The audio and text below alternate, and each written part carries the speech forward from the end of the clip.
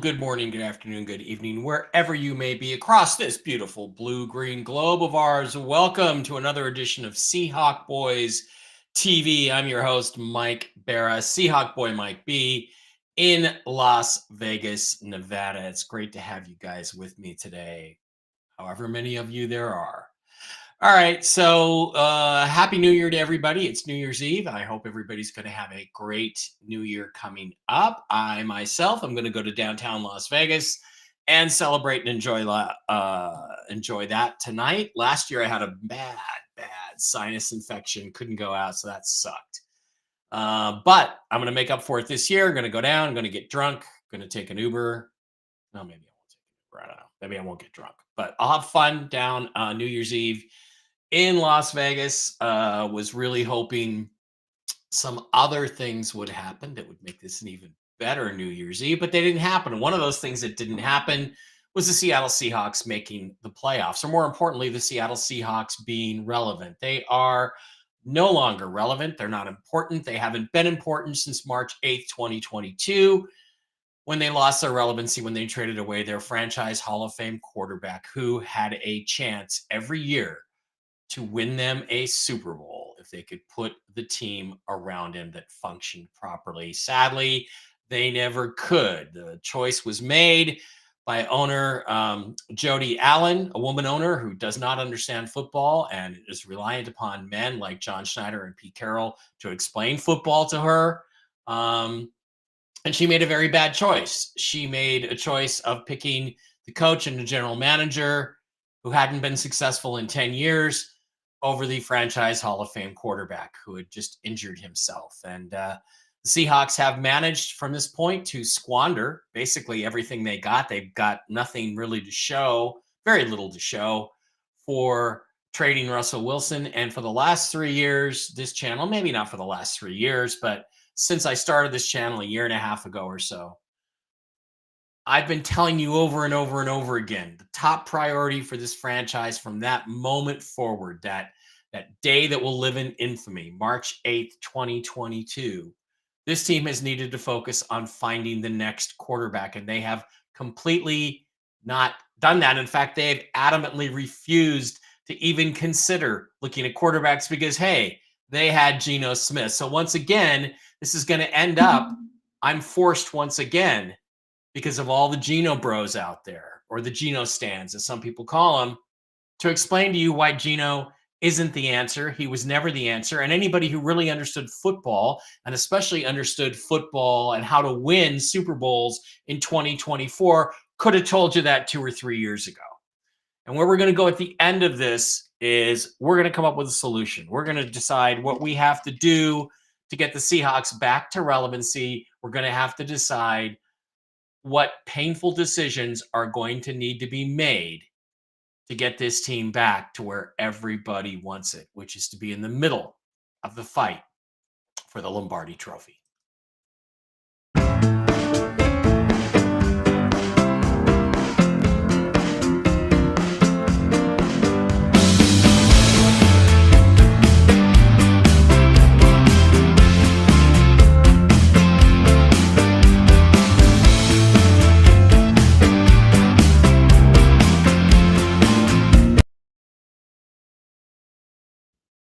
All right, everybody, Seahawk Boy Mike B back with you. Let's get rolling on this. The Seahawks were eliminated from the playoffs this weekend because of the strength of victory tiebreaker. All the other tiebreakers, if the Seahawks were somehow able to beat the Rams this coming Sunday, would have favored the Rams, unless 3 out of 5 or 6, 3 out of 5 games went the Seahawks' way. They were all possibilities. We had the Falcons playing the Redskins. We had the Dolphins playing the Browns. We had the Packers playing the Vikings, and basically none of those teams showed up. But it all would have actually been settled on Saturday night if it hadn't been for an interception that was given to the Rams when the Cardinals were at the 5-yard line, ready to go in for the game-winning touchdown to make this game on Sunday night relevant. Now, was that interception an interception? I hate to agree with Dan Veens on anything, but he's got a point here. The ball, and we're not going to replay it because the ball hits the ground first. The guy has his hands on it, but it hits the ground. I have never seen that called a catch. Never in the NFL until last Saturday night. So I have to assume that a call came down from Vegas or New York that said, no, no, no. We want Vikings Lions for Sunday night. We don't want Rams and Seahawks. So just call it an interception and the game's over. Now, the rule is a bit vague. It talks about control. It talks about this, that, blah, blah, blah. Here's the bottom line. The ball can't hit the ground first. The ball hits the ground first before any other part of the body does. He does not have a hand underneath it. An almost identical play by Jackson Smith-Njigba against the Cowboys last year was called not a touchdown. Shouldn't have been an interception. Cardinals still should have had another shot. Who knows what they would have done with it? Given the way they were running the ball, it was idiotic to be passing it there anyway. And it was Kyler Murray, but hey, that's the way things go. So had that play happened, then this game would be relevant. As it stands, it is not, which brings up other issues that are happening now. There is a discussion out there over whether the great Geno Smith should start this weekend, because if he starts, he's got some makeable incentives. They're not really incentives. They're contract writers, I guess, that Geno could make. And if he makes those, it will cost the Seahawks a lot under the salary cap. It will cost in these several millions of dollars. It'll be $2 million bonus here for games they win. It'll be a little bit more there, and it would push his cap number in 2025 to almost $40 million for Geno Smith. And we're going to talk about Geno Smith because we have to, because it's the only discussion that matters. So the talk is out there. Why not start Sam Howell? I agree wholeheartedly. We should not let Geno make his contract escalators. We should make sure he does not. We should bench him and deactivate him. We should say, well, we don't think your knee's good enough. So yeah, go Bills. The interception did look like it hit the ground, but both hands caught the ball clearly. It doesn't matter. If it hits the ground, it's incomplete. If it hits the ground first, it's incomplete. That's always been the rule in the NFL. And by the way, that's okay, New American Media. Brian, I appreciate it. But here's the bottom line. Yeah, you guys have a great New Year too, Rob. Here's the bottom line. We didn't make the playoffs. We didn't make the playoffs because we're not good enough. We're not good enough because, I hate to say it, our quarterback's not good enough. It's not the offensive line. It's not the offensive coordinator. And I have listened, Rob Staten always seems to need a whipping boy. And I love Staten. And I think he's probably the best Seahawks analyst out there besides me. And unfortunately, every time you disagree with him or trigger him by saying something like, maybe we should think about trading Leonard Williams, which we're going to get into, he goes crazy on you. And I don't want to get banned by him. He blocks people all the time. So I'm being careful with how I'm discussing this. But, his new whipping boy is Ryan Grubb. Ryan Grubb is not the problem on this team. And we'll show you that later. We'll discuss why Ryan Grubb is not the problem. And I would remind everybody that last year we said, oh, this offense, it's not the offense that's the problem. It's the defense. Defense is terrible. We have to fix the defense first. So we burned a first-round pick on Byron Murphy, who's not very good at all. Doesn't do literally anything out there. When we could have had Jared Verse, we could have had Braden Fisk. I hate to tell you, I haven't got the comparisons ready for them. But the bottom line is they're impact players, and Byron Murphy is not. Byron Murphy's only playing about a third of the snaps anymore. Jaron Reed and Leonard Williams played great. The defense improved dramatically. They went from a bottom 5 defense to a mid to upper third defense, 10 to 15 in there. I don't know what the exact stats are going to be. I'll look up the scoring stats maybe during the course of the show if you're willing to wait for me to do that. There's nothing more exciting than watching a guy look something up online during a live stream. That's really the exciting stuff. But the defense improved. Team didn't. Team's 9-7. Could go 10-7 because the Rams are going to play nothing but subs, but it'll be a mirage 10-7. When the games counted, they didn't win them. Against the good teams, they didn't win them. What's the criticism of Geno Smith for years and years and years? Doesn't win the big games. Doesn't show up in the big moments. Panics under pressure. All that was on full display this year. So any discussion of where the Seahawks are at necessarily has to be a discussion and critique of their quarterback, Geno Smith, because that's the most important position. He helped them win some games this year. 49ers game, played really well. Also lost some games this year. First Rams game. Had we won that, this game this weekend would matter. And I'd be going to LA because I had tickets. Now I'm trying to sell my tickets. Anybody want 2 tickets? Seahawks Rams in LA this weekend? Let me know. I got a couple plus a parking pass. So just let me know. You can have them cheap. So we're going to go through all that stuff today. But the fundamental thing that retarded Seahawks Twitter, like Seahawks Retard Nelson and Dan Veens and Brian Numskuller and even Rob are failing to address is this. You have zero chance of winning a Super Bowl in this day and age without an elite quarterback. And Geno Smith is not elite. He never was. He never will be. He's never been close.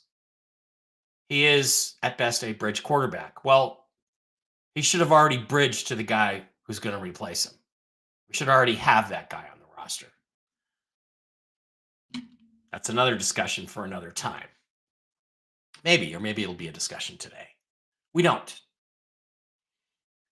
20 out of the last 25 Super Bowl champions quarterbacks, 21 or 22 of them have been elite. Russell Wilson, Tom Brady, Peyton Manning, Tom Brady again, Patrick Mahomes. Elite, elite, elite. Ben Roethlisberger, right down the line. And only about 3 or 4 of those guys, even Joe Flacco, who's not elite, first-round pick. These guys are first-round picks. So how do you win a Super Bowl? You find a quarterback in the first round. You don't burn the 5th pick in the draft on a nickel corner, who's not a bad nickel corner, possibly going to the Pro Bowl this year.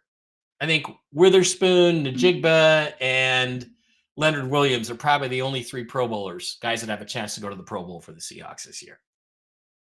Ernest Jones deserves consideration, but he wasn't on the team long enough. So you have to spend a first-round pick on it. Seahawks, you can't spend it on a nickel corner and a number 2 wide receiver. You got to trade, you got to parlay those 2 picks to the first pick in the draft in a year when the Chicago Bears are holding out a fire sale sign for the first pick. And when you have far more juice than the Carolina Panthers did to go up and get CJ Stroud, the guy I wanted, the guy Rob Satan wanted. Hi, Marco. Good day to you too. But even Bryce Young, as much as he struggled, is starting to come around. He's going to be an excellent player in this league. Will Levis, another guy I loved, a guy we could have taken at 5, a guy we could have taken at 20, a guy we could have traded up to the first part of the second round to take. We could have had Witherspoon and Najigba and still gone and gotten Will Levis, but we didn't because John Schneider and Pete Carroll didn't want to because they didn't believe they needed to prioritize quarterback. They are clowns for believing that. And now we're stuck in a situation where it's not a very good draft for quarterbacks. And we have to get one. Now, we can't wait any longer. We've already waited 3 years too long. We could have had Brock Purdy. We could have had Sam Howell. Who knows? Maybe, I don't think Howell's any good, but maybe in a different situation with a better coaching staff and more talent around him, he might be better than he is. He might be a guy we could bridge to and not have to worry about Geno's ridiculous salary demands. We could have had Stroud. We could have had Bryce Young. We could have had Anthony Richardson. We could have had Will Levis. We could have had Spencer Rattler, and we probably could have traded up to go get Bo Nix. People like to criticize this year's draft class. Oh, Cam Ward and Shedeur Sanders. After that, there's nothing. Well, I kind of like Jalen Milroe. Oh, he's not a great passer. Well, neither was Lamar when he came out. So he's a great runner, great athlete. Let's go. Let's try him. The guy I like, my favorite guy, a guy I would have taken last year, is Quinn Ewers. He's had a rough season. He's had ups and downs. He's been inconsistent. I love the way he throws the ball. I love the way he throws the ball. If he's there at 16 or 18 or wherever we pick, we have to take him. If we think somebody else is sniffing around him, we have to trade up and go get him. We might even and should consider trading up to the number 1 pick. It's not impossible. It's unlikely, but it's not impossible. And we'll discuss some scenarios about that today. But anybody who thinks quarterback is not or should not be the number 1 priority of this team right now this year is an idiot. Corbin K. Smith, you're a fucking idiot if you don't think that. If you think Geno Smith is good enough, you're an idiot. If you think you don't need an elite quarterback to win Super Bowls in 2024, you're an idiot. Don't be an idiot, Corbin. Start using your noggin. The rest of the Seahawks Twitter, Seahawks retard Nelson and Dan Veens and that crowd, they're hopeless. But some people, a few people out there, are recognizing the situation. So, tell you what, let's take a look. Let's start going through the presentation a little bit. And let's just sort of see where we're at with things. I'm going to flip those over that way. We're in something now that you can call the Geno cycle.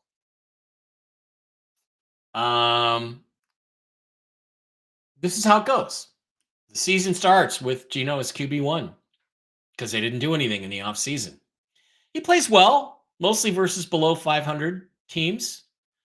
And some people act like he's elite. That happened this year, just like it did the last 2 years. Disappears against the contenders. Struggles in the red zone. Yep, happened again this year. Seahawks end up with another middle-of-the-pack season, and his fans blame everyone else except Geno. They blame the defense. Well, we fixed that. They blame the offensive line. Well, we're going to fix that.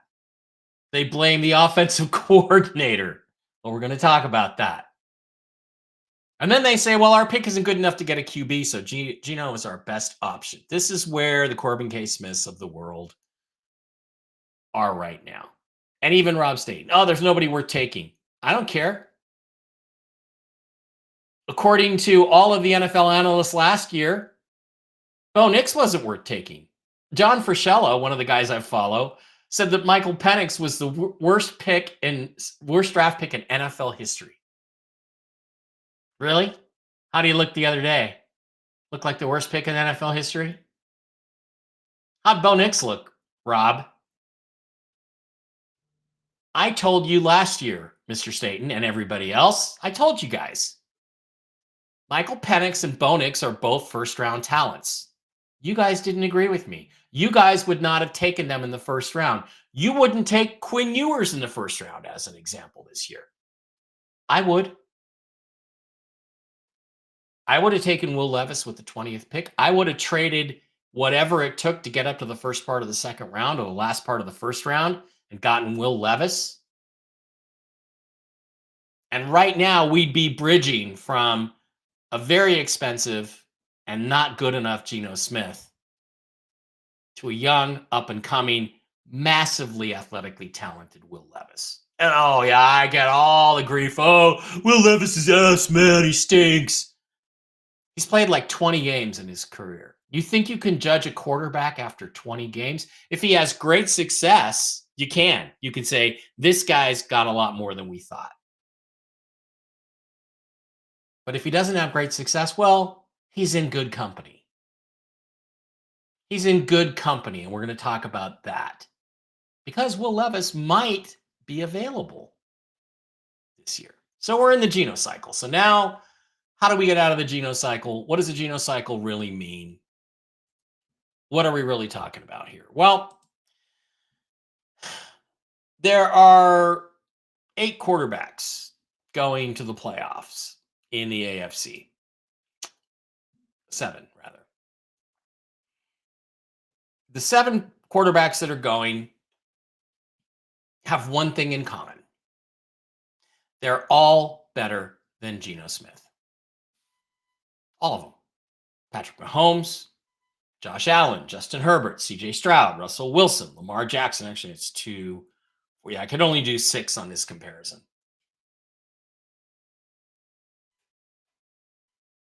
These guys are all better than Geno Smith. Don't believe me? Let's just look at their stats for this year. It's all right here. Who has the most touchdown passes? Lamar. Who has the fewest touchdown passes? Well, Russ does, but in 6 fewer games than Geno. If Russ had been healthy for 16 games, he would have easily surpassed Geno. Who has the most interceptions compared to Geno? Well, Geno, by a long shot. Touchdown to interception ratio is the most important quarterback stat. That and toxic differential. Passer rating, all better than Geno. And again, the only stats that matter to me are touchdowns, completion percentage, touchdown to interception ratio, and passer rating. That's all I look at for a quarterback because that shows you what he's doing or not doing. Geno has a 1-to-1, almost 1-to-1 touchdown to interception ratio.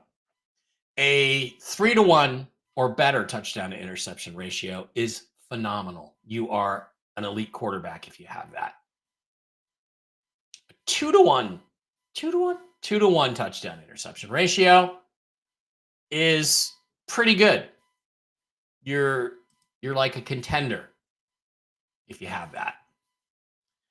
A 1-to-1 touchdown to interception ratio is catastrophic. You will not beat anybody. Now let's look at the NFC quarterbacks that are going to the playoffs. The Seahawks are not. They have one thing in common. They're all better than Geno Smith. Sam Darnold, Jordan Love, Jaden Daniels, Matthew Stafford, Jared Goff, Jalen Hurts. They're all better than Geno Smith. So there seems to be a theme here, right?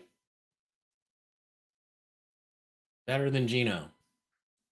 Better than Geno. So what this tells you, what it should tell you is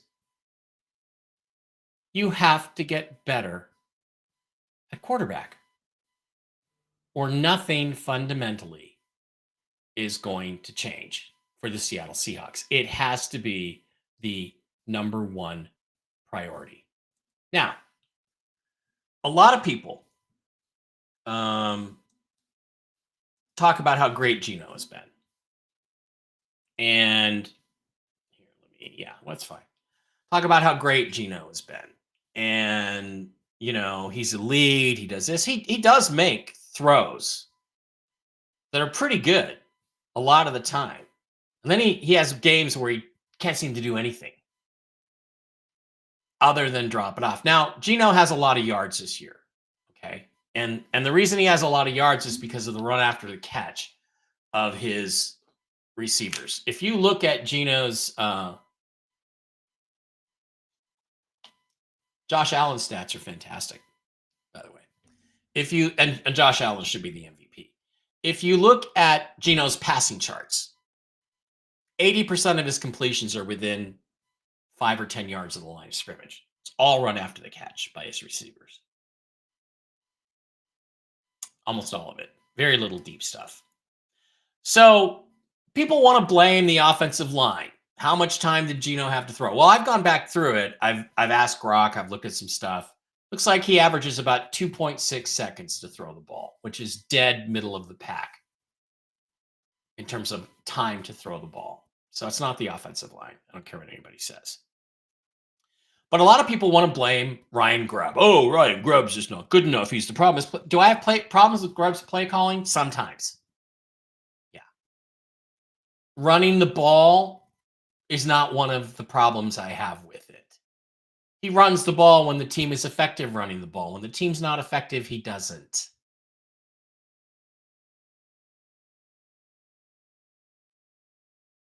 So let's look at where the Seahawks are in terms of scoring, because that's ultimately how you evaluate how an offensive is doing. Lions, of course, are number one with 33.3. Buffalo Bills 31.8. Ravens 30 points a game. Tampa Bay Buccaneers with Baker Mayfield, who's also a lot better than Geno Smith, and who we also could have had when he was a free agent and should have taken. And a guy I desperately wanted to bring here instead of Geno Smith in 2022, 2023. Commanders, Bengals, Eagles, Packers, Vikings, Broncos. Hey, look, there's Bo Nix again. Rob. Managing to score points. Even the Steelers. Seahawks are way down here at 21.4. They are 19th. 21.6, sorry. They are 19th in scoring this year. No, it's not very good, right? I agree. It's not very good. Is it the offensive line or is it the quarterback? Well, I don't know. But I'll tell you what. Let's slide on over and let's take a look at 2023. Did I upload 2023? No, I didn't. Let's go back and I will go grab it. Don't worry, you're going to be fine. I'm going to go look at pictures. You're not going to see any pictures you shouldn't see, so don't worry about it. Let's look at where they were in 2023.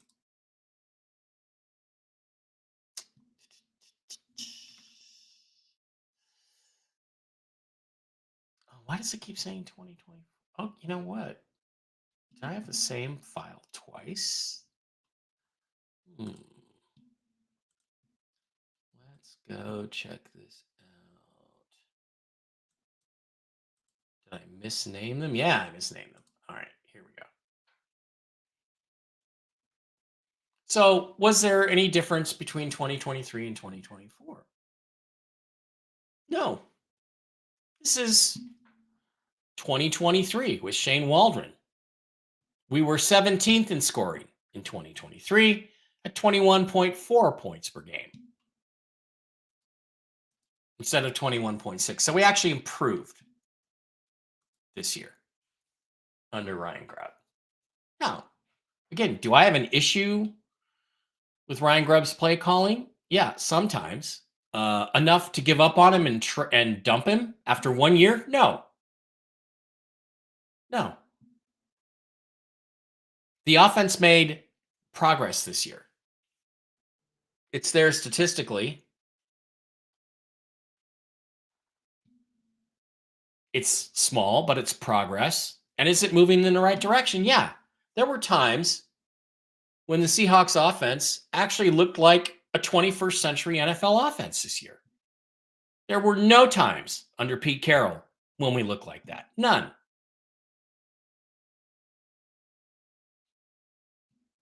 We looked like an archaic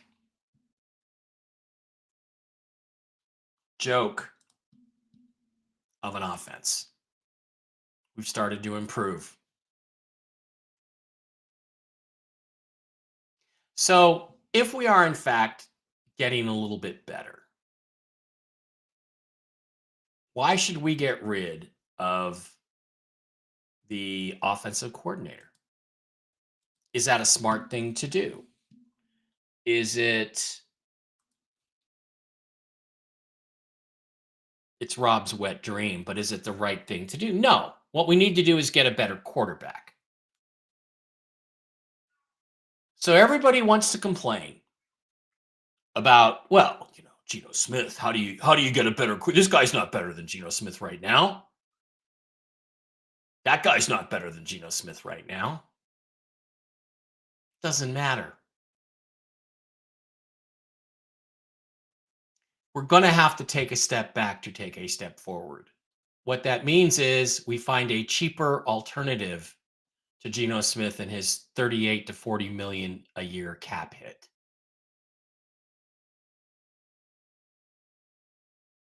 Now, if Geno will play for a $10 million cap hit, I'll think about bringing him back. I don't think he will. But everybody says, well, you tell me, who's better than Geno right now? Right now doesn't matter. Because this season ended up exactly like I told you it would back in August. I told you this is an 8-9 or 9-8 football team at best. Byron Murphy is not an impact player. He is not the guy we should have drafted. And even if he is really good at what he does, he doesn't play an impact position. Basically, he's a 34 defensive end. Since the Seahawks went almost exclusively to four-man lines with two defensive tackles, he was basically out of the rotation. The Lions won, Suzanne. Good for the Lions. They look good. Their defense is really banged up. But if they can get some guys in, get them back healthy, maybe get that bye week. I don't know how many of their guys are eligible to come back, but hopefully they can start getting, for the playoffs, they can get some of their guys healthy. So good for the Lions. I think the whole country is probably rooting for the Detroit Lions. So who are you going to get that's better than Geno?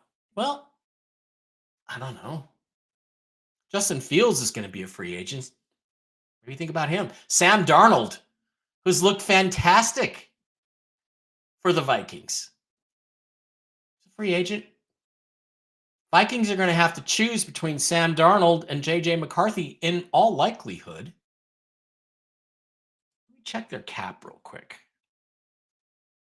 Check their cap. Actually, yeah, let's go.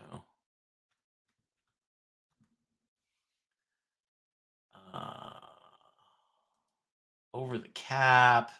Change team to the Vikings.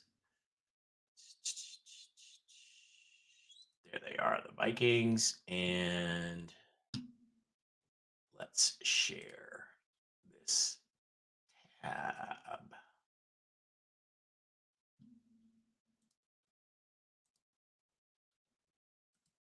Let's take a look. The Vikings for 2025. Well, for 2025, the Vikings are, wow, 76 million under the cap. That's phenomenal. To have a team that good and have 76 million? Okay. Well, I guess they could re-sign Sam Darnold. And why is Darnold not listed as one of their free agents here? I think that's a problem. I don't get that. 2024. By the way, their Byron Murphy is better than our Byron Murphy.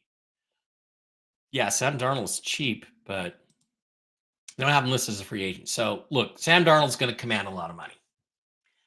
Oh, there he is. He's a void. Yeah. So their options are, do they go with J.J. McCarthy? Or do they stick with Sam Darnold? If they stick with Sam Darnold, they're going to have to spend a lot of money to keep him. But Sam Darnold could be a free agent. Justin Fields could be a free agent. Russell Wilson could be a free agent. I don't think the Steelers are going to let Russ out of town after the way he's played. But Marco says, I'm so grateful your team beat the Bears. I would love that the Seahawks trade for the Vikings last year. First round QB. I think he'll be up for trade for this year. That's the thing. I was going to say they don't have the space, most likely, to keep both of them, but they do. Daniel Jones is going to be a free agent. Oh, Daniel Jones. He sucks. Does he suck? Go back and watch the Giants-Seahawks game. He didn't suck then. He tore the Seahawks apart. He's played other really good games. And is he better than Geno right now? Probably not.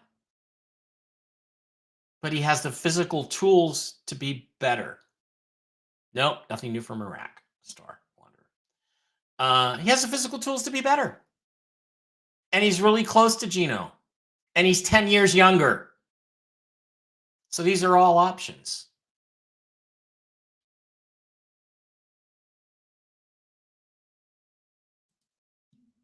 But I get a lot of flack. Oh, you're an idiot. You're an idiot. You must be an idiot because you think Justin Fields is better than Geno Smith. Well, yeah, I do.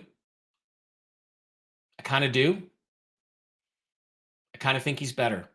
And the reason I kind of think he's better is because, well, he has in the last 2 years, same number of touchdowns, passing touchdowns. He has 17 rushing touchdowns. Geno has 3, so total touchdowns. He's way ahead. There's 7 more games on here in the last couple years for Fields. I don't know what. Maybe I did the comparison wrong. Geno's got the edge on passing yards per game. But imagine Justin Fields with his legs, his ability to make plays with his legs, in a quick release, dump the ball to your run after the catch wide receiver, Jackson Smith-Njigba. Your back, Zach Charbonnet, Ken Walker. All these short, within 10 yards of the line of scrimmage passes that Geno Smith has been making this year. Those guys are going to run after the catch and make yards for you too. So to my mind, the difference between Geno and Justin Fields is this. And I agree with you on this one, Corbin K. Smith. Geno throws the ball better. He's more productive in the passing game. Justin Fields runs the ball a lot better. He's way more productive in the scrambling and running game. Do I think Justin Fields can be rehabilitated to look for the quick dump off, the 7-8 yard pass like Geno does? Absolutely. Does Justin Fields have the same arm talent that Geno Smith does? I'd say yeah. I've seen him make some amazing throws. So if I'm looking for a bridge quarterback that might be good enough to get me over the hump, Justin Fields would be top of my list. Now, who else would I like to bring in here? Well, I'd like to bring in Will Levis. Will Levis may not be here, may be available this year. Why would Will Levis be available? Well, because it looks like Tennessee Titans, being a very poorly run organization, are thinking about giving up on him. If they're not thinking about giving up on him, why is Mason Rudolph playing? It makes no sense. They've played Mason Rudolph the last couple weeks. Sometimes you have to sit a guy if he's making bad decisions. Let him clear his head. But they're sticking with Mason Rudolph, and it looks like they're going to stick with him. So Will Levis, the guy they should have taken at some point in 2022, might be back on the market. A guy with Josh Allen physical traits who needs some coaching, some talent around him to be in a good situation, as does somebody like Spencer Rattler, who has enormous talent. Should we think about trading for him? Yeah. Would I give him my first? Well, as part of a package, maybe. Yeah, I would. Justin Fields starting, Will Levis behind him, learning under the same offense. I'm fine with that. I like it better than our situation now. So I get completely ripped apart on Twitter. Oh, you're so stupid. You're a fucking idiot. You think Will Levis is any good? Well, Will Levis has played exactly 20 games. He started 20 games in his career. Let me ask you fucking geniuses out there. Do you think 20 games is enough to evaluate an NFL quarterback in this day and age? Because I don't. I don't think the 4 or 5 starters that Spencer Rattler had as a rookie is enough to fairly evaluate where he's going as a quarterback. And if you look at his first basically season as a starter, his first 18 to 20 games, and you compare him to some other guys, comparison's pretty reasonable. Peyton Manning, 4 fewer games, more yards than Levis. Okay. But yards per attempt, Levis is a little better. It means he throws the ball a little deeper. Passing yards per game, Peyton Manning. Peyton Manning had 26 touchdowns. Will Levis only has 20. Peyton Manning also had 28 interceptions his first year. Will Levis has only had 16. Passer rating, Will Levis is way ahead. Rushing yards, Will Levis is way ahead. Will Levis can scramble a little better. Let's go with the more accurate physical comparison. Josh Allen. Again, Josh Allen had started 28 games his first couple years. Levis has only started 20. Completion percentage, Levis is better. Passing yards, Josh Allen. Passing yards per attempt and per game, Levis is ahead. Passing touchdowns, 30 to 20. Well, if we take those 8 games, if we project, basically, Will Levis has started 20 games and thrown 20 touchdowns. So he's on a 1-to-1 basis. So if you project forward the way Will Levis has played, you would say likely it would be 30 touchdowns for Josh Allen and 28 for Will Levis. Interceptions, Levis is better. 16 interceptions versus 21, but they'd probably be relatively the same. Passer rating, Levis has the edge. Josh Allen is the better runner by far. But they're comparable. Peyton Manning and Will Levis are comparable at this stage of their careers. Josh Allen and Will Levis are comparable at this stage of their careers. Drew Brees, who took 4 years to develop as a starting quarterback, 4 years, is comparable to Levis. Levis has more touchdowns. They have the same number of interceptions, 3 less games, better passer rating for Levis. Obviously, Levis is the better rusher.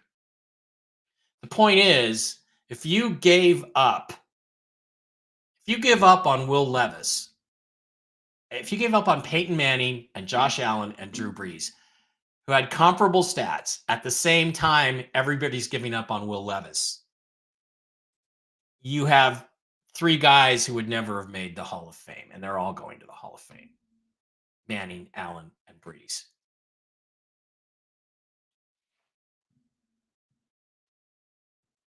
So yeah, we should consider trading for Will Levis and bringing him into a better situation with better receivers and a better quarterback.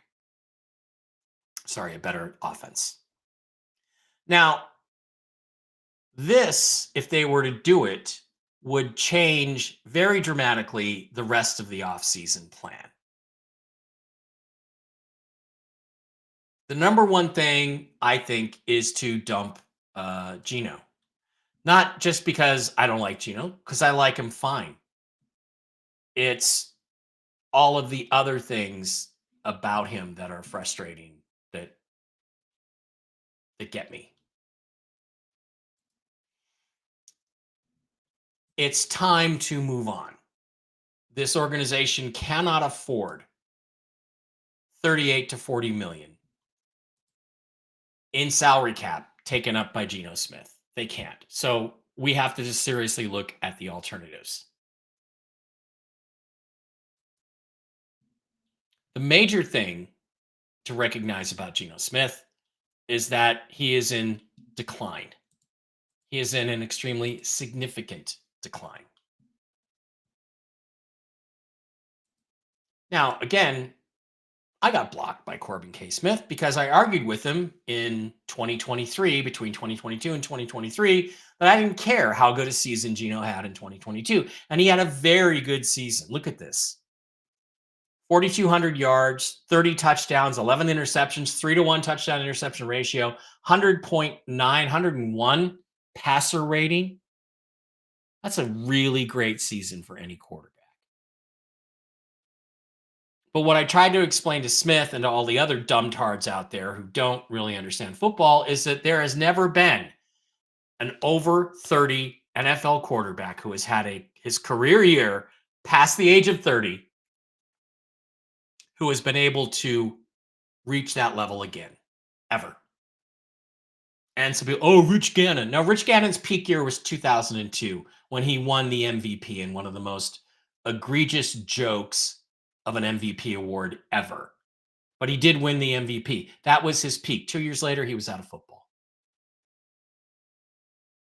So I got blocked because I explained to the retards on Seahawks Twitter that Geno was never going to have a season that good again. Last year, he had about a 15% drop off. 30 touchdowns went to 20, 11 interceptions to 9, 2-to-1 touchdown interception ratio. Passer rating dropped to 92.1. Yards dropped, missed a couple games.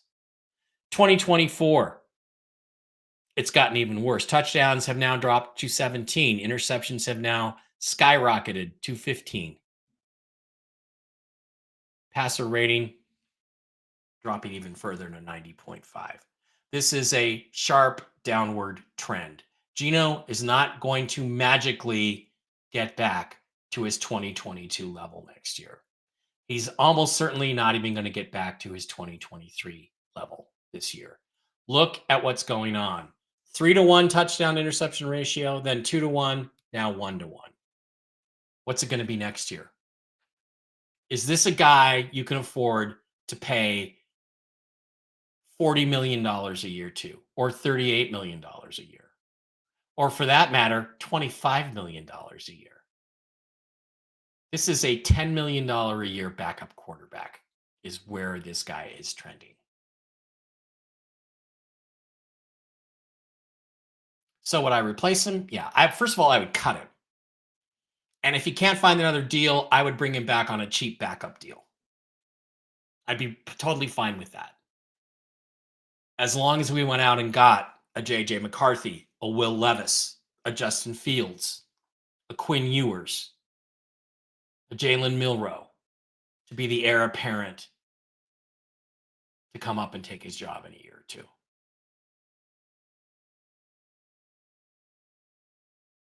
But there's no question. I don't think there's any question at this point that Geno is not the answer and never was. He's just not. Geno is like Kirk Cousins. They're the best of the guys who aren't good enough to win you a Super Bowl. And if you're not a contender for a Super Bowl, you're not a contender for anything. And the Seahawks organization has deluded themselves for 3 or 4 or 5 years that they're contenders. Contenders for what? Rob said this a couple weeks ago. Contenders for what? A wild card and getting knocked out in the first round of the playoffs? Yeah, that's what I was saying 3 years ago.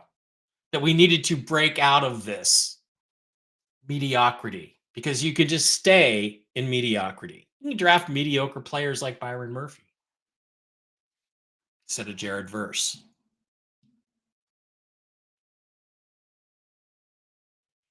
So, how do we go forward? It's not going to be fun. Actually, it might be fun. It might be fun to let the young players play and see what we've got and really test whether this organization can draft, because I don't think they can. Frankly, I think me and Rob Staten, or me and Seahawks retard Nelson, or me and a monkey, you could stick us in the Seahawks draft room the last 5 years blindfolded, and we could throw darts at the draft board, and we would have done as good or better job than John Schneider has done the last 3 years. The Seahawks' last couple of drafts have not been good. They just suck less than the 7 before them. That's a video of mine on my channel. Go check it out. So what do we do? Well, I'm all for doing something drastic. So what is that drastic thing that we need to do? It's to take it down to the studs, to cut the guys that, let me make this a little bit bigger. It's to cut the guys that are increase the size here to 150. To cut the guys that are over 30 that are either making big salaries or not playing up to their salaries and that can save you money under the cap. Now, I made a proposal yesterday. I was on YouTube, and again, I caught all kinds of flack from it.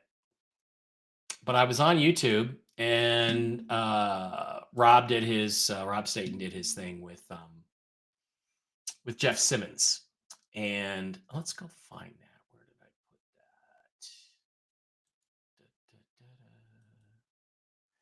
that? And I simply suggested, hey, trade DK and trade Leonard Williams. And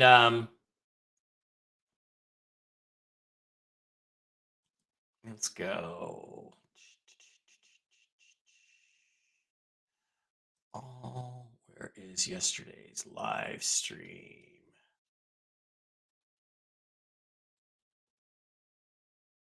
That's a game reaction. Okay, I don't have it here. But I said, maybe we should look at trading Leonard Williams. And what I got was, oh, you're so stupid. Why the fuck would they trade Leonard Williams? Here, let's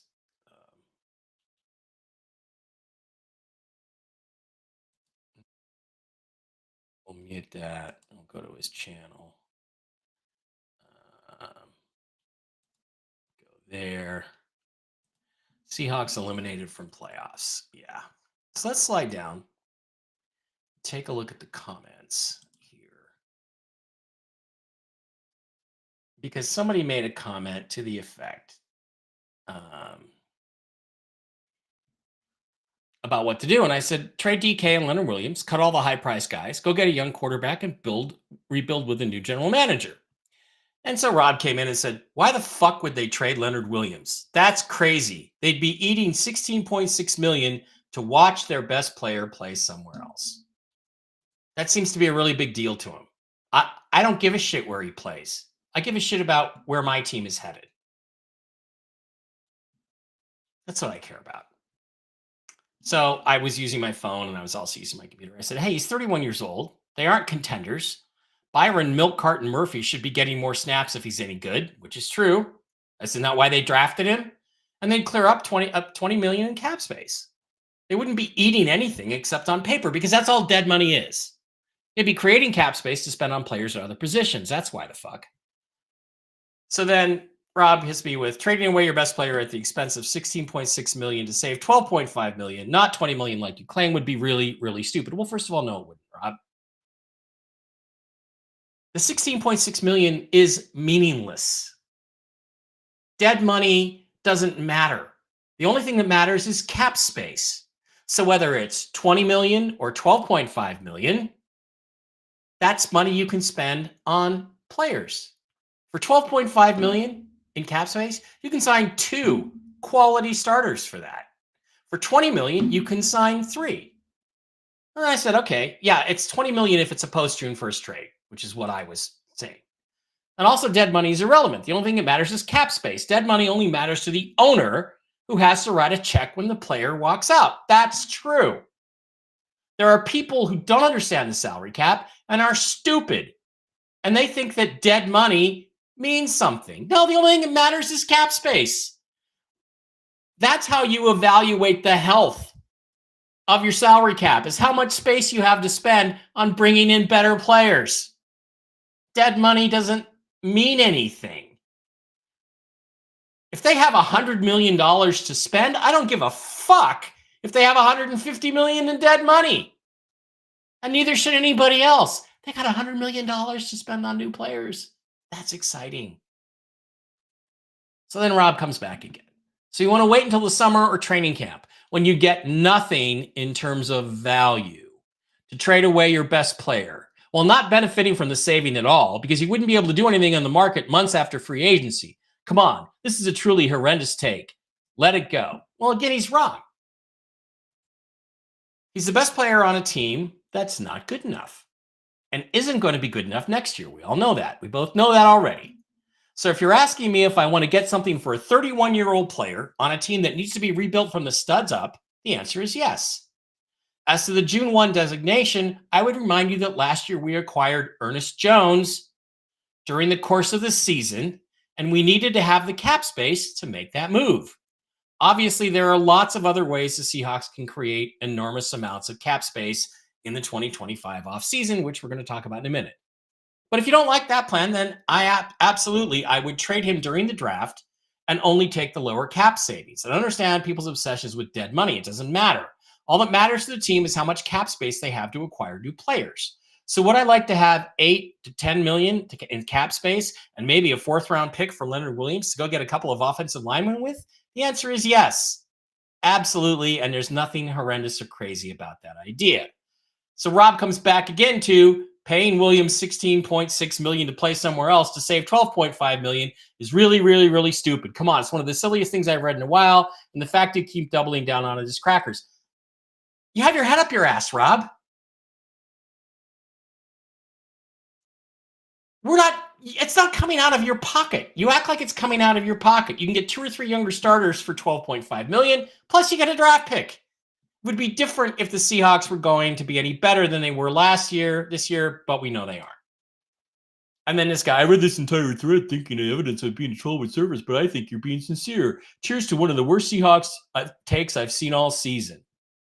And I'm like, okay, you're living under the delusion that the Seahawks are contenders. Eventually you'll let go of that, and then you will understand. So, as I understand it, if I'm reading this correctly, Rob Staten's take on this. Basically, he doesn't want $12.5 million in cap space because it would be embarrassing to have a good player playing for another team. That's like being an emotional woman about it. This is football. You have to be detached. It's a business. Would you take $12.5 million in cap space and let's say a 4th round pick? And I say a 4th round pick because Calais Campbell, who didn't really have as good a seasons as Leonard Williams had, has gone for a 4th and a 5th in recent years. Twice he's been traded. I think he's a comp. So what would you rather have? A 31-year-old player on a team that's going nowhere, or $12.5 million and a 4? That's 3 players at least. 3 starters, possibly. 2 starters and a young player that you could get for Leonard Williams. Yeah, I'll take that. I'll take that. And it's not a stupid take. And if the Seahawks are smart, that's what they do. But let's go over what they would do, what they should do, what they have to do. First of all, Geno Smith, current cap number $38.5 million. If he makes his escalators, if they're stupid enough to let him play, it'll be more than that. Oh, look, it's 11/11. Check it out. Astrology geeks. God agrees with me. Trade Leonard Williams, cut Geno Smith. So, by the way, that $20 million you would get after June 1st, guess what? That covers your rookie cap, all your rookie cap that you have to account for, and you can acquire veteran players like we did with Ernest Jones this year. Ernest Jones is one of the 5 best players on this football team. We acquired him because of cap space we had available after June 1st. So the idea that you can only get good players before training camp is horseshit, Rob. It's horseshit. It's not true. And then I hear stuff like, oh, well, you can't cut Geno. It'll send a really bad message to the locker room. So guess what? I'm going to cut about half the guys out of this fucking locker room right now. You know why? Because this team's not good enough. And there's tons of guys getting paid way too much for their level of productivity. Starting with Geno Smith, cut him. There, I just saved $25 million. I went from being 1.3 million under the cap, which is surprising, to 26.3 million under the cap with one move. Now I can use some of that money to go get Sam Darnold or Justin Fields or trade for JJ McCarthy or trade for Will Levis, all of whom might be available, or any of the other guys we talked about. And by the way, yeah, I am positive I can get Justin Fields or Will Levis or any of the guys I've talked about for a lot less than 38.5 million. And the results will be basically the same. Tyler Lockett, 33 years old, not productive, $17 million cap savings. He's gone. Draymond Jones has had a decent season. He has had a decent season. He is not worth 25.645 million under the cap. You save 11.5 million by cutting him. Bye-bye, Draymond. I can get two guys probably roughly equivalent to Draymond Jones in terms of talent for that 11 million I'm saving. Uchenna Nwosu, injured too often, 8.4 million cap savings. Goodbye. Noah Fant, again, $9 million cap savings. If I cut him, you're gone. The other Fant, 3.8 million in cap savings. He didn't play. Thanks, but no thanks. You can come back for the veteran minimum if you want to come back. Now, oh, that's how I probably had that messed up. Let's look at some of the tougher choices. Rayshawn Jenkins has had his moments, but he's 31 years old. He's got an $8 million cap number, and you save 5.4 million. He'd be a later cut for me if you cut him, but I'm cutting him. Now we come down to the big three. But where are we right now? Let's take a look at this. Oh, look at that. We're 80 million under the cap. We have $80 million to spend. Should we spend it on Charles Cross? No. We're going to pick up his fifth-year option and make him play under his rookie deal. Because he's good, but he's not that good. Let's see if he wants to get paid big money or not.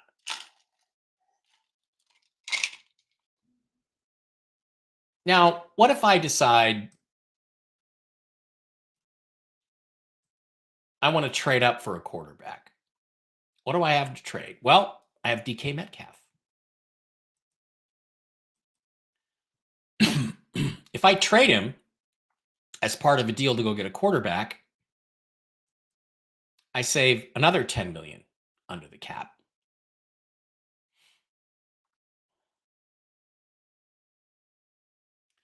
If I trade Leonard Williams, I save 12.5 million under the cap. Guess what? Look at that. I'm at 103 million.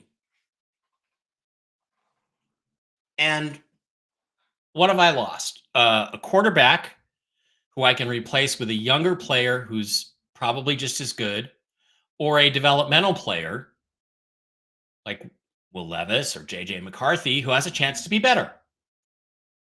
Tyler Lockett, a non-productive wide receiver. DK Metcalf, a guy who just doesn't seem to get it and is going to want to get paid huge money. Top 5 receiver money. Draymond Jones, a 28-year-old defensive lineman who does okay, but I'm not sure he really fits the scheme. Uchenna Nwosu, a guy who's constantly injured and isn't really making plays anymore. Noah Fant, a non-productive tight end I think you can replace in the draft or in free agency. George Fant, a 33-year-old backup tackle who did not produce and couldn't stay healthy. I think he's played the last 3 games he's played at Seahawks Stadium. He's had a major knee injury. Rayshawn Jenkins, a productive, smart veteran, sort of productive, smart veteran who's just simply not worth. The 5.4 million is worth more than Rayshawn Jenkins. So I got to go get a quarterback. That's done. I was already doing that. Another wide receiver or two, couple of defensive linemen. But hey, I already have Byron Murphy. I have that great pick that you guys in Seahawks Twitter were all excited about, who I knew wasn't going to make an impact. Now we better find out if he's any good or not. Chenna Nwosu, edge guy who's not productive, tight end who's not productive. Couple of backups. Now, you could also think about trading Ken Walker as part of a deal. It'd save you a little more money. Sorry, we're undoing Leonard Williams. We're not cutting him, we're trading him.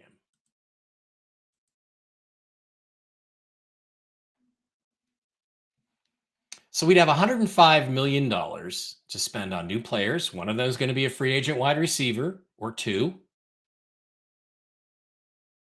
Maybe we'll trade for a quarterback. Then we won't need to draft one. We can just draft a couple offensive linemen. You can do this, and you can find yourself a new quarterback who has more upside potential than Geno, a couple of offensive linemen, a couple of defensive linemen, wide receiver, tight end, and fill out the rest with backups. Now, why would you trade Ken Walker? Because he's not that good. Because he leaves too many yards on the field. He's not as good as the top 5 running backs in this league. I don't think he's going to be. His vision isn't that great. He makes the wrong cut a lot of the times. And Zach Charbonnet, who is slow.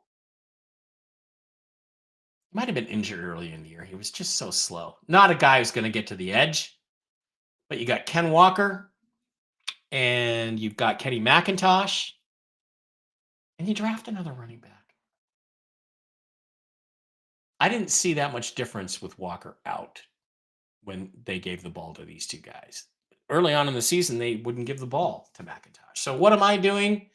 Well, I'm making all these cuts, and I'm very seriously thinking about also making these trades. So let's undo the trades.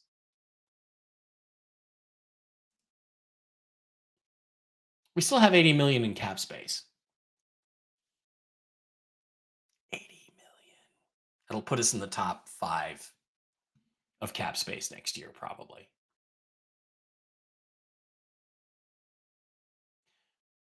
But the whole thing starts with the key to the whole thing is going and getting a new quarterback. One who either can be better than Geno is today or be better very quickly or different. And then drafting some guys up behind him.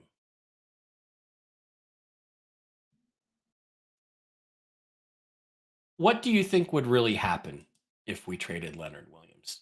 How many games, out of curiosity, does doing the stupidest thing you've ever heard of, Rob? How many games is Leonard Williams going to win you next year?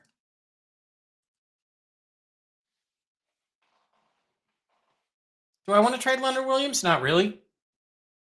But if I have to get my quarterback of the future, or to get a quarterback of the present that's better than Geno or as good as Geno and cheaper and younger, and get a quarterback of the future who might be better, I'm doing it. If I can go get Sam Darnold for 5 years and draft Quinn Ewers in the first round, because I'm going to do it in the first round. I'm not going to wait. There's no point in waiting. I'm doing that all day fucking long. And this team will be in a better situation than it is today. Or I could go get a Justin Fields, or trade for Will Levis, or trade for JJ McCarthy if the Vikings don't want to have 2 quarterbacks on the roster. Or even sign Daniel Jones, make him your starter, and then draft Quinn Ewers. And then I have all that cap space between $80 and $105 million to fill in my other roster spots. I don't think that team is worse than this year's team. I don't think that Will Levis and Quinn Ewers at quarterback, or Will Levis and some other random guy we pick in the 4th or 5th round at quarterback is a worse team than this year's team. The only guy that I cut that we might miss or traded might be Leonard Williams. But he's not going to play at that level very much longer anyway. And by the time we get the quarterback situation fixed, he's going to be 34 or 35, 33, maybe 32, 33. He's not going to be the player he is right now. His trade value has never been higher. Dead money doesn't matter. Oh, it's going to make you cry, Rob, because he's playing for another team. Fine. Let him go win. Go ahead and trade him to the Chiefs or the Lions. I don't think the Lions couldn't use 2024 Leonard Williams right now to go win a Super Bowl. I don't care. I care about my team.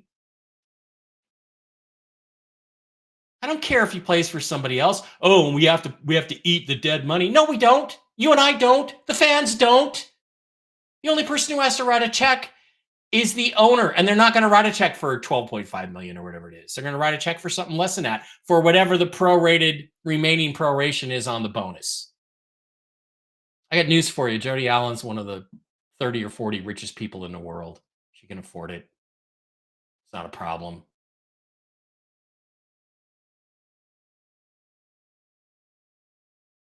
And you're at least accepting the reality that you have to rebuild with younger players. And you have a much younger roster than you have now, because most of those guys are either 30 years old or close to 30.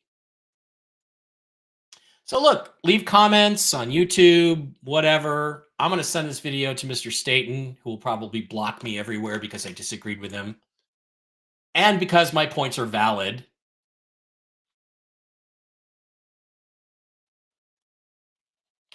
One guy came in there and said, he's explained the math to you 3 times. I'm like, no, he hasn't.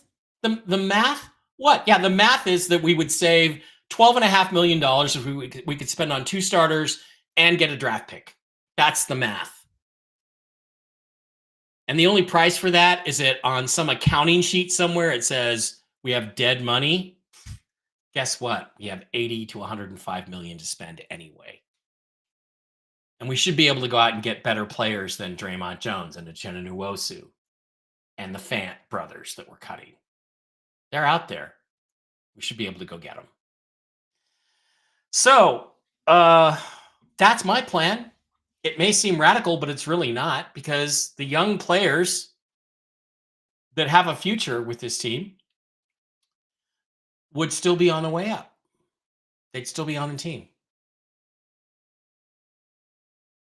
I think that roster, as I configured it or would like to configure it, has just as good a chance to contend for a playoff spot next year as the Seahawks do if they bring back Leonard Williams and Uchenna Nwosu and Geno Smith and all the guys that everybody wants to keep.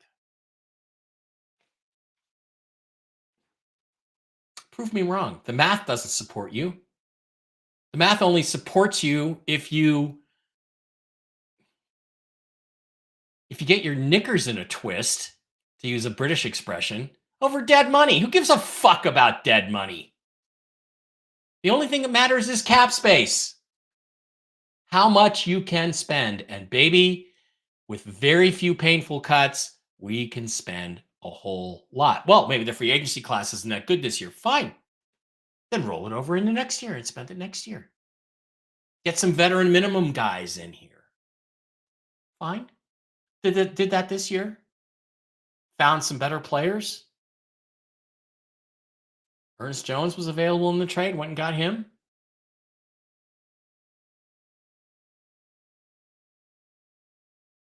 You have to do something dramatic.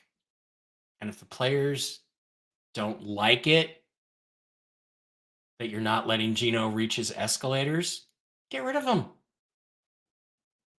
There's nobody on this roster who is untouchable. Not even Leonard Williams.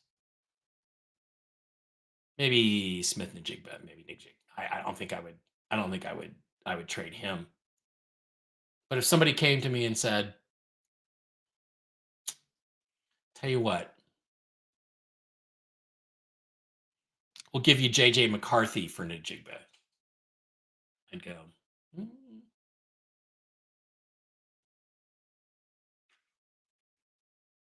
okay, throw in a second round pick and we got a deal."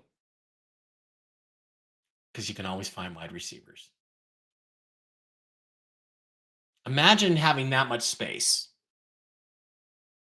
and being able to get a new quarterback and some offensive linemen, and then you can draft or trade for defensive linemen, fill in the other roster spots.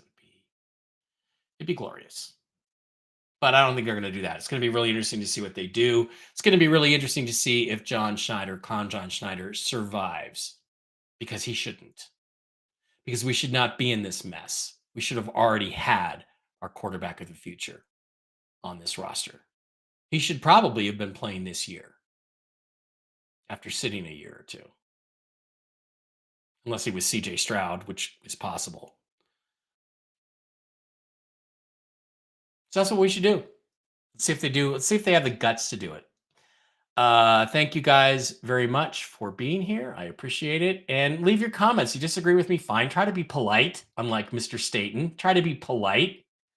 We'll have a polite disagreement. This is not emotional.